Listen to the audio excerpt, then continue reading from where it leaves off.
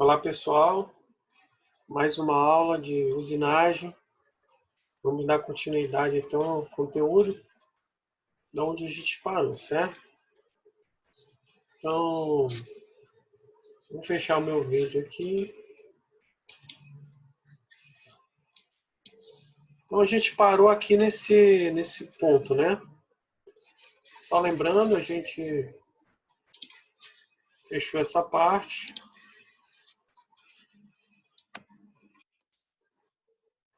A gente fechou essa parte aqui, né? Falamos do raio de ponta da ferramenta, que deve ser menor do que a profundidade, tá? Isso porque gera vibração, só lembrando, certo?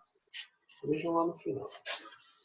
Então, dando continuidade aqui, em relação a alguns aspectos sobre o raio de ponta, existe essa tecnologia aqui chamada Wiper, que ela apresenta um formato diferenciado aí na ponta da ferramenta, parece mais um chanfro, né?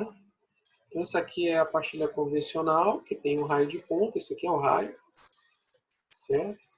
Que esse raio vai ser diferenciado em virtude do tipo de usinagem, se você está realizando um desbaste ou um acabamento, basicamente, né?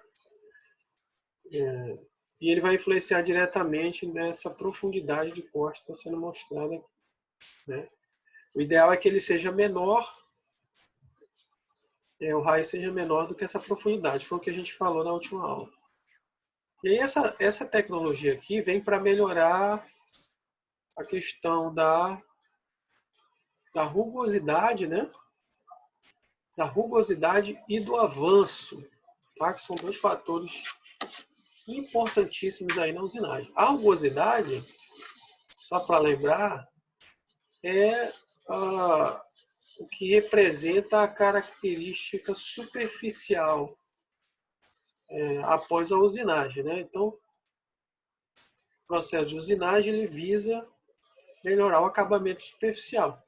E essa rugosidade é uma medida quantitativa desse acabamento superficial que é realizado a partir do ensaio. Então, observe aqui, ó, nesse diagrama, que a ferramenta vai cortando, né, em função do avanço, tá?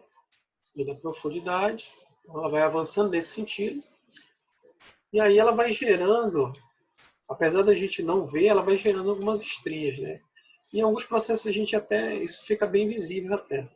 Então isso colabora diretamente para esse acabamento superficial e essa medida da rugosidade aqui, ó, né? Que nesse caso a RT vai medir aqui o vale, né? A altura do pico aqui ao fundo, tá? Então a proposta desse tipo de tecnologia aqui, Wiper, que tem em todos os fabricantes, tá? Então é o que? É a partir da microgeometria do raio, que veja bem aqui, a gente consegue ver aumentado. Na verdade, ao invés de ele ser abaulado, ele é tipo um chanfro, né? Tá? Isso aí melhora significativamente o acabamento superficial. Então, o que propõe esse tipo de pastilha aqui, com essa tecnologia, é melhorar o avanço se a necessidade for de maior produtividade ou melhorar a rugosidade, né?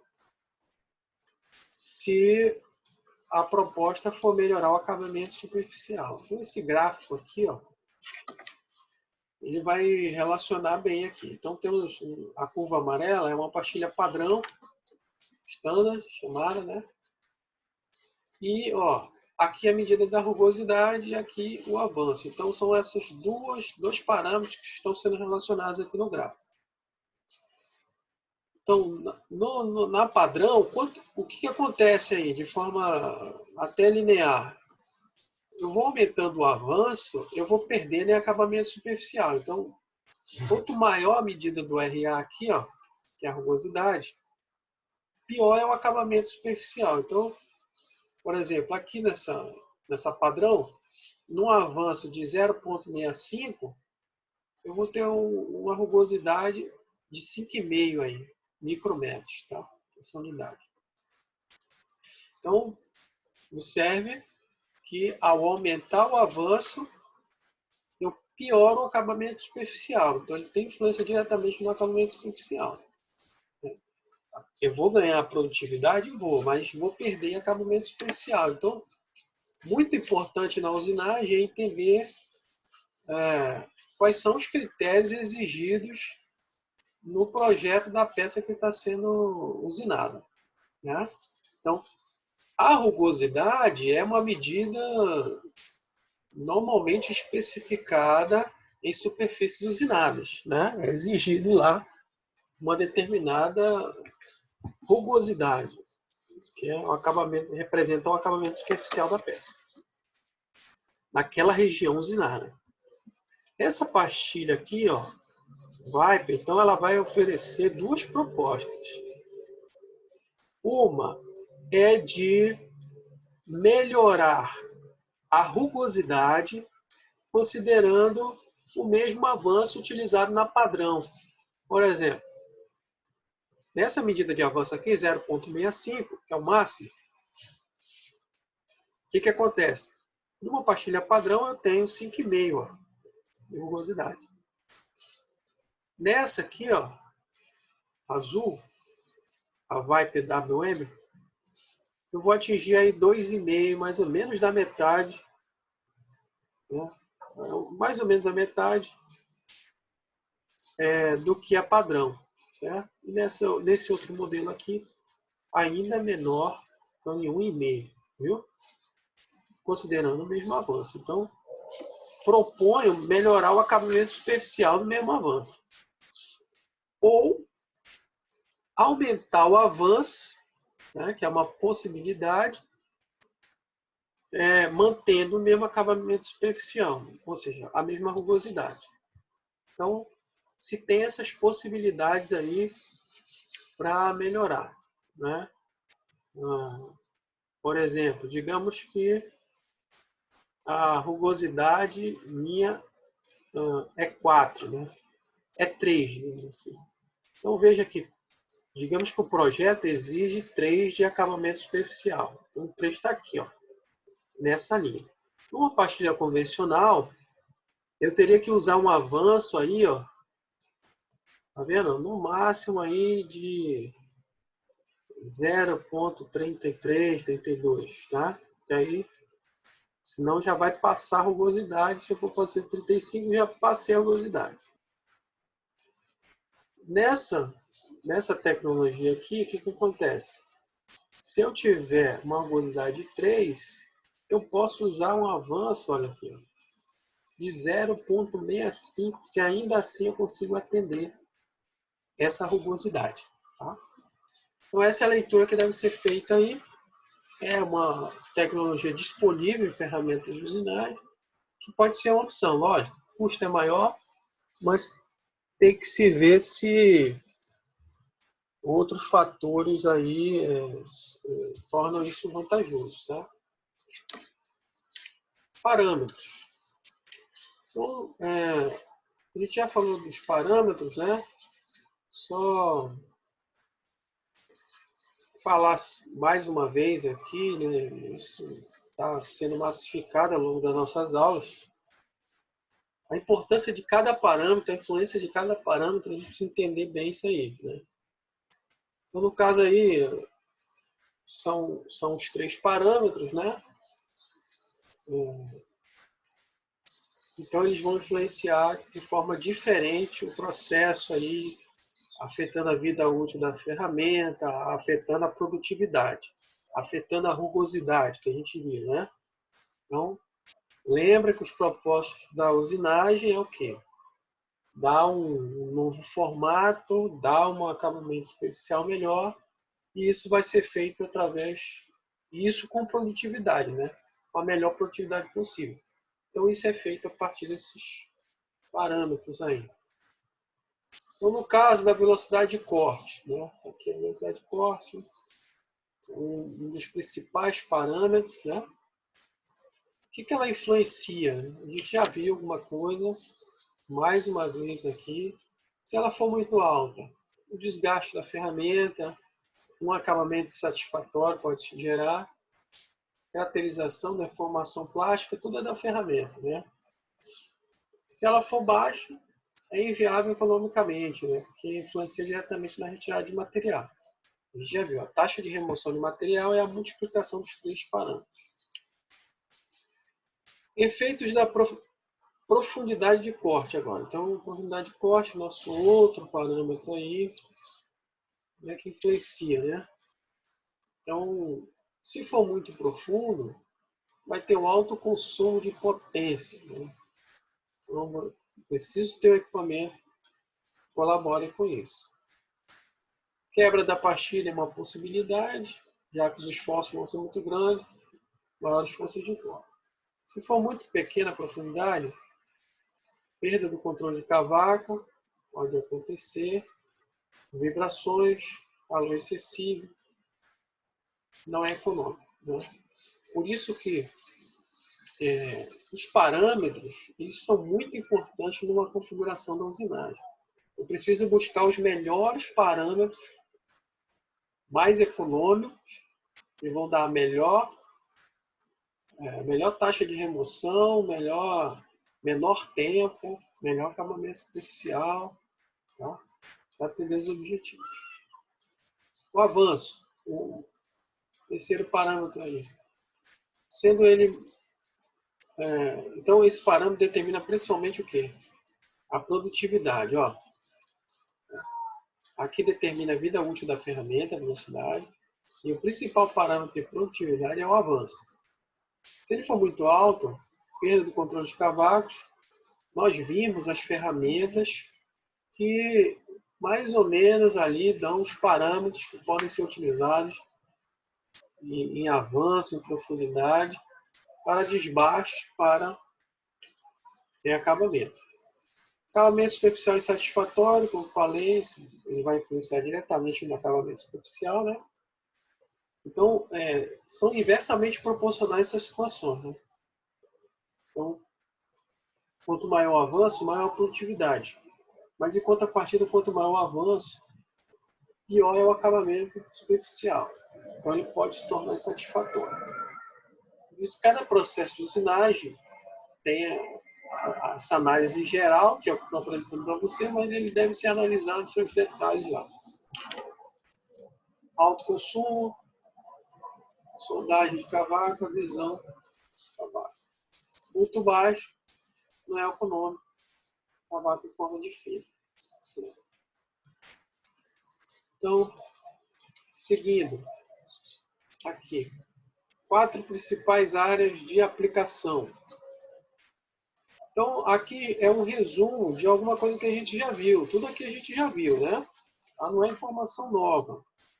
Só está aglutinando a informação.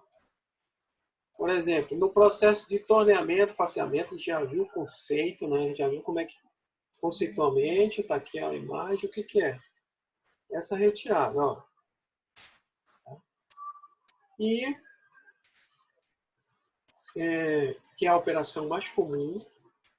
Então, eu tenho, geralmente é utilizada uma ferramenta C, né? É de 80 graus, né?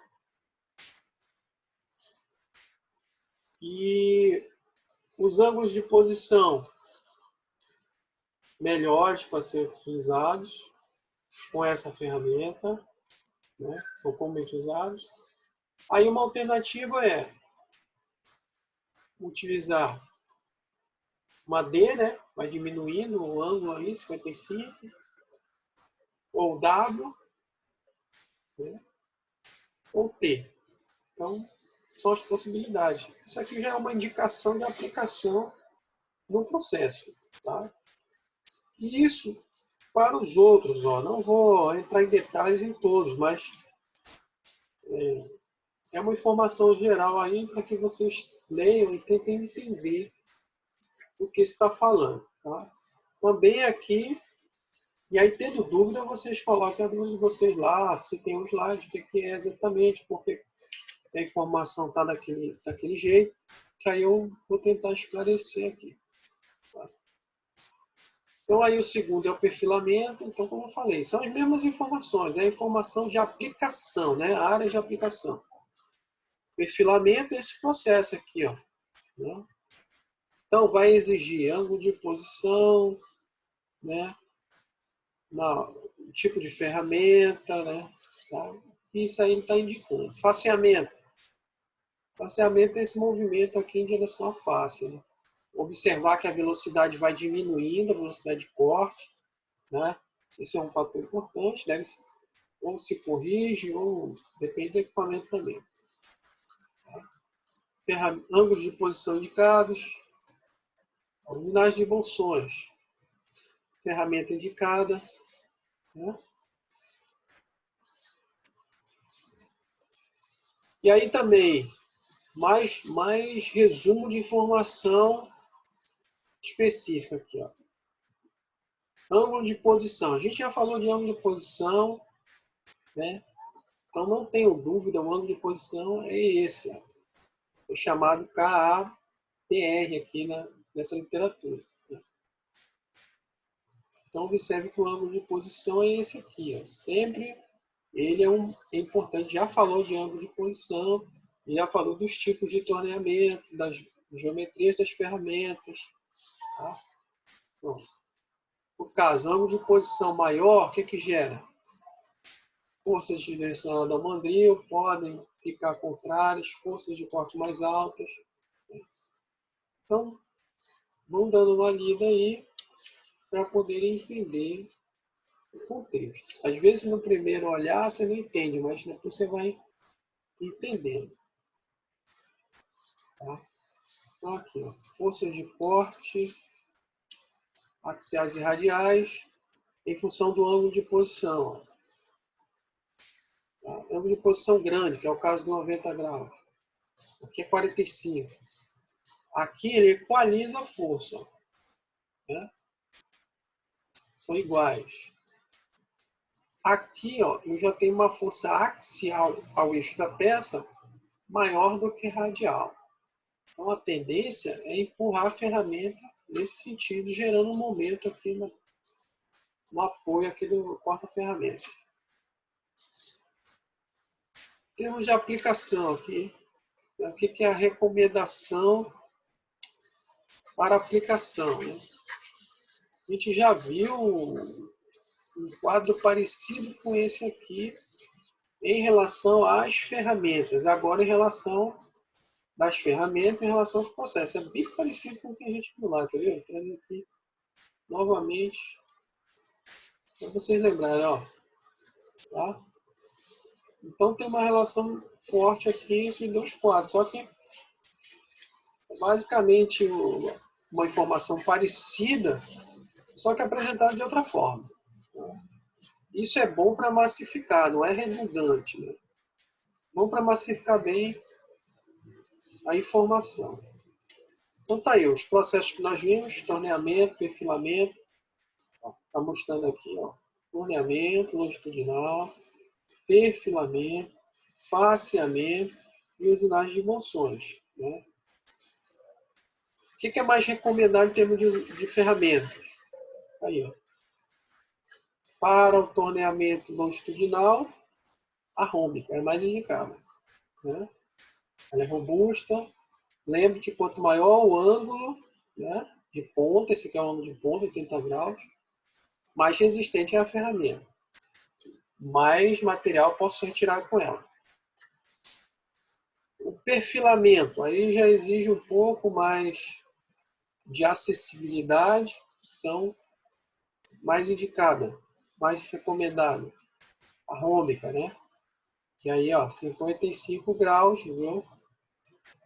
Ela tem uma ponta, um ângulo menor, vai dar maior acessibilidade a essa região. Faceamento, mais recomendado, é a quadrada também, tá?